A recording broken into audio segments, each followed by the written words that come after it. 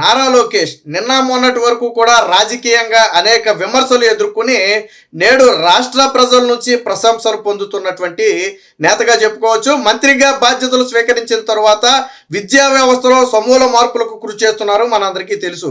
తాజాగా నారా లోకేష్ తీసుకున్నటువంటి ఒక చొరవతో దాదాపుగా 25 మంది దివ్యాంగ విద్యార్థుల తలరాతే మారిపోయిందని చెప్పొచ్చు.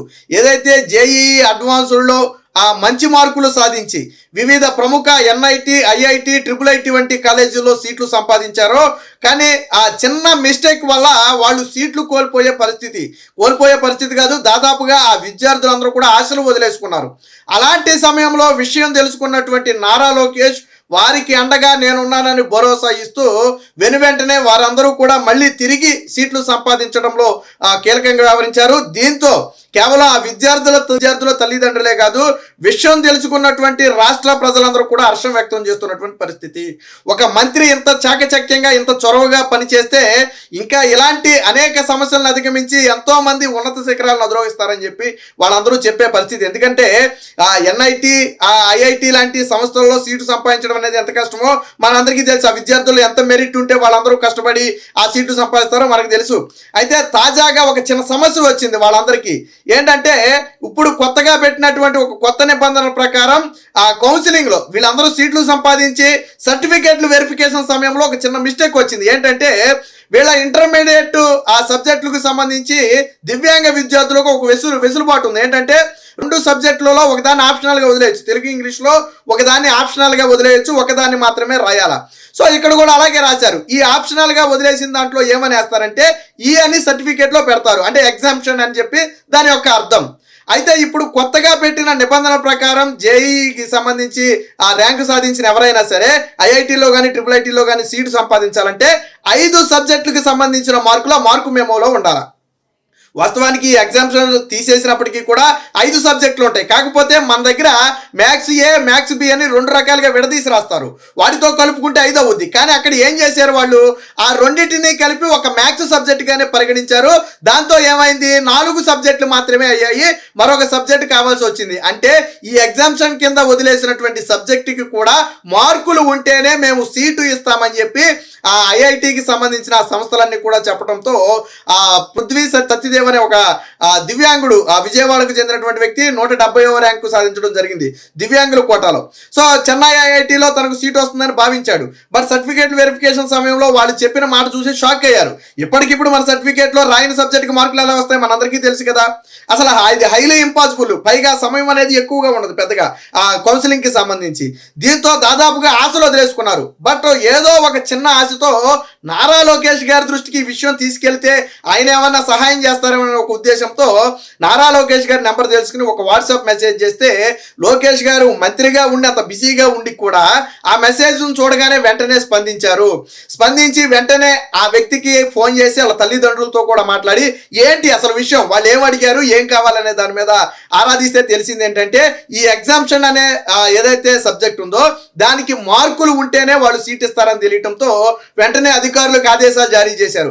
ఎట్టి పరిస్థితుల్లో ఎవరైతే ఈ ఎగ్జామ్షన్ ఉందో దాదాపు 25 మంది విద్యార్థులు ఉన్నారో అలాగే ఇబ్బంది పడేవాళ్ళు వారందరికీ కూడా అక్కడ మినిమం మార్కులు అంటే మిగతా సబ్జెక్టు మార్కులను యావరేజ్ చేసుకుని ఈ సబ్జెక్టు కూడా కనీస మార్కులు 35 పైనుంచి ఎంతైనా వేయొచ్చు. వాళ్ళ అంతకుముందు వచ్చిన మార్కులను బేస్ చేసుకుని దానికి కూడా మార్కులు వేసి నూతన ఆ మార్కుల సర్టిఫికేట్ విడుదల చేయాలంటే పాపం అధికారులు కూడా సెలవు రోజుల్లో పనిచేసి వెంటనే నూతన ఆ మార్కుల మెమోలు జారీ చేస్తే తీసుకెళ్లిన తర్వాత మరొక షాక్ ఇచ్చారు. మరి బహుశా ఇప్పటికిప్పుడు వీళ్ళకి మార్కులు ఎలా వచ్చేసాయి అని చెప్పి వాళ్ళు ఏమైనా అనుమానం పడ్డారో ఏంటో తెలియదు. కానీ వాళ్ళు ఏమన్నారంటే మీరు ఇప్పటికిప్పుడు తెచ్చారు కదా, ఇలా కుదరదు, దీనికి సంబంధించి జీవో కూడా మాకు కావాలి అన్నారు. అసలు మార్కులు మెమో ఇవ్వటమే అతిపెద్ద కష్టం. ఒక ప్రభుత్వం తీసుకున్న నిర్ణయం సరే, మొత్తానికి ఎలాగో నారా లోకేష్ గారు పరుగులు పెట్టించి మొత్తం 24 నుంచి 48 గంటల్లో ఆ మార్కుల మెమోలు ఆన్లైన్లో పెట్టించారు.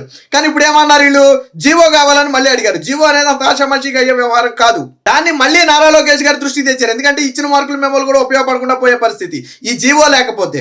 వెంటనే మళ్ళీ నారా లోకేష్ గారు మళ్ళీ దీని మీద స్పందించి అధికారులతో చర్చించి దీని మీద జీవో ఏ విధంగా జారీ చేయాలి, గతంలో ఇలాంటి ఘటనలు ఉన్నాయని చెప్పి పూర్తి స్థాయిలో ఆలోచించి ఏది ఏమైనా సరే ఈ 25 మంది విద్యార్థుల్లో ఒక్కరు కూడా సీటు కోల్పోకూడదు. తక్షణమే దీనికి సంబంధించిన జీవో జారీ చేయండి. అవసరమైతే ఈ జీవోతో పాటు ఇంకా రాష్ట్ర ప్రభుత్వం నుంచి ఏదైనా కావాలి అంటే విద్యార్థులను ఇబ్బంది పెట్టకూడదు. డైరెక్ట్ గా మీరు ఎవరైతే ఆ ఐఐటికి సంబంధించిన అధికారులు ఉన్నారో వారితోనే రాష్ట్ర ప్రభుత్వం సంప్రదింపులు జరపండి. వారికి ఏం కావాలో అన్ని ఫెసిలిటీస్ కల్పించి 25 మందికి ఖచ్చితంగా సీట్లు రావాలని చెప్పి నారా లోకేష్ అధికారులను ఆదేశించడంతో ఆ వెనువెంటనే జీవో జారీ చేయడంతో పాటు ఇంకా అదనంగా ఏమైనా కావాలా అని చెప్పి వాళ్ళు ఆరా తీయటం కూడా జరిగింది. మొత్తానికి ఆ మార్కుల మెమోతోను జీవోతోను కలిపి వారికైతే సీట్ రావడం జరిగింది. వాళ్ళ ఆనందం పట్టరాని ఆనందం. పాపం వాళ్ళు చెబుతున్నారు, మేము పూర్తిగా వదిలేసుకున్నామన్నా, మేము చాలా కష్టపడి చదివాం, ఎందుకంటే అందులో మార్కులు సాధించడం అంటే ఆషామాషి వ్యవహారం కాదు. మేము కష్టపడి చదివామన్నా, కానీ ఆశలన్నీ వదిలేసుకుని పూర్తిగా నిరాశ చెందాం, ఇంత కష్టపడి చెందిన ఫలితం లేదని. కానీ మేము కలలో కూడా ఊహించుకోలే అసలు మాకు ఇంత పెద్ద సాయం. వాళ్ళు అడిగింది ఏమి చిన్న సాయం కాదు. మార్కుల మెమోలను మార్చాలి, రాయిన సబ్జెక్టుకి యావరేజ్ మార్కులు వేయాలి, మళ్ళీ జీవో విడుదల చేయాలి. ఇవన్నీ కూడా అసలు జరిగే పనులు కాదు. ఒకవేళ ప్రభుత్వం చేయాలని నిర్ణయించుకున్న 3 నెలలు 6 నెలలు సమయం పట్టాల్సిన పరిస్థితి, ఎందుకంటే పూర్తిగా వివరించి అధికారులు కమిటీలు వేసి ఇవన్నీ పెద్ద తతంగం ఉంటుంది. కానీ అంత టైం ఇక్కడ సీట్ రావడానికి అంత టైం లేదు. కాబట్టి నారా లోకేష్ ఒకటే ఆలోచించారు, విద్యార్థులకు మంచి జరగాల, అంతే ఫైనల్ లక్ష్యం అదే. కాబట్టి వారికి ఏం కావాలో మనం అది కల్పించాలా. ఆ ఉద్దేశంతో వెనువెంటనే ఇవ్వడంతో అసలు ఇప్పుడు రాష్ట్ర వ్యాప్తంగా ఎవరైతే ఈ వీటి మీద అవగాహన ఉందో వాళ్ళందరూ కూడా shock. Nara Lokesh fraction of seconds లో నిర్ణయం తీసుకోవటమా? ఎవరో ఒక వ్యక్తి వాట్సాప్ కు మెసేజ్ పంపితే దాన్ని చదవటమే కాకుండా వాళ్ళకి ఫోన్ చేసి మాట్లాడి ఈ రకంగా చేయటం అనేది గతంలో రాష్ట్ర చరిత్రలో ఎప్పుడూ కూడా ఒక మంత్రి ఇంత స్పీడ్ గా స్పందించి ఇంత చాకచక్యంగా వ్యవహరించిన ఘటనలు మేము ఎప్పుడు చూడలేదు. ఎంతో మందిని చూసాం కానీ ఇలాంటి ఘటనలు చూడలేదు అని ఇప్పుడు నారా లోకేష్ ని పొగిడే పరిస్థితి. నేను మొదట్లోనే చెప్పా, నారా లోకేష్ ని రాజకీయంగా అనేక మంది విమర్శించారు.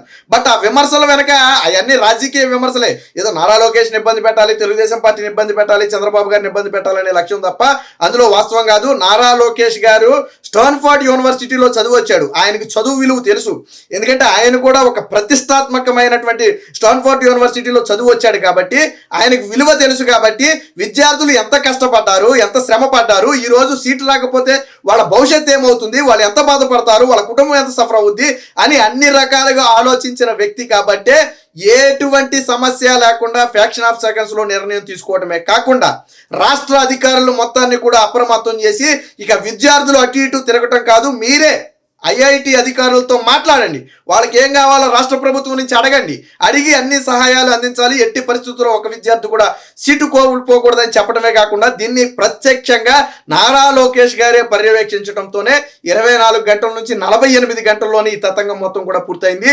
ఇప్పుడు వారందరూ హ్యాపీగా, ఒక రకంగా ఏంటంటే వాళ్ళు కూడా ఆశ్చర్యపోయిన పరిస్థితి. ఏంటి, ఒక రాష్ట్ర ప్రభుత్వం ఎంత స్పీడ్గా స్పందించిందా? వెంటనే మార్కులు సరిచేసి ఇచ్చేశారు, వెంటనే జీవో ఇచ్చేశారు. అంటే ఆ ప్రభుత్వం, ఆ రాష్ట్ర ప్రభుత్వం విద్యకు ఇస్తున్నటువంటి ఇంపార్టెన్స్ ఇంత గొప్పగా ఉందా అని చెప్పి మద్రాస్ ఐఐటి, బాంబే ఐఐటి లాంటి ఆ సంస్థలు కూడా ఆశ్చర్యపోయే పరిస్థితి. ఎందుకంటే నేను ఇందాకే చెప్పింది ఆషామాషి వ్యవహారం కాదు.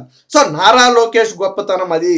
ఏది ఏమైనా ఈరోజు నారా లోకేష్ గారు తీసుకున్నటువంటి నిర్ణయాన్ని లక్షలాది కోట్లాది మంది ప్రజలు అభినందించడంతో పాటు విద్యార్థులు ఎవరైతే ఉన్నారో, విద్య విలువ తెలిసిన వాళ్ళు ఎవరైతే ఉన్నారో వారందరూ కూడా అభినందిస్తున్నారు. ఖచ్చితంగా నారా లోకేష్ గారి ఆధ్వర్యంలో ఇలాంటి మంచి పనులు మరిన్ని జరుగుతాయని చెప్పి ప్రజలందరూ కూడా బలంగా నమ్ముతున్నారు.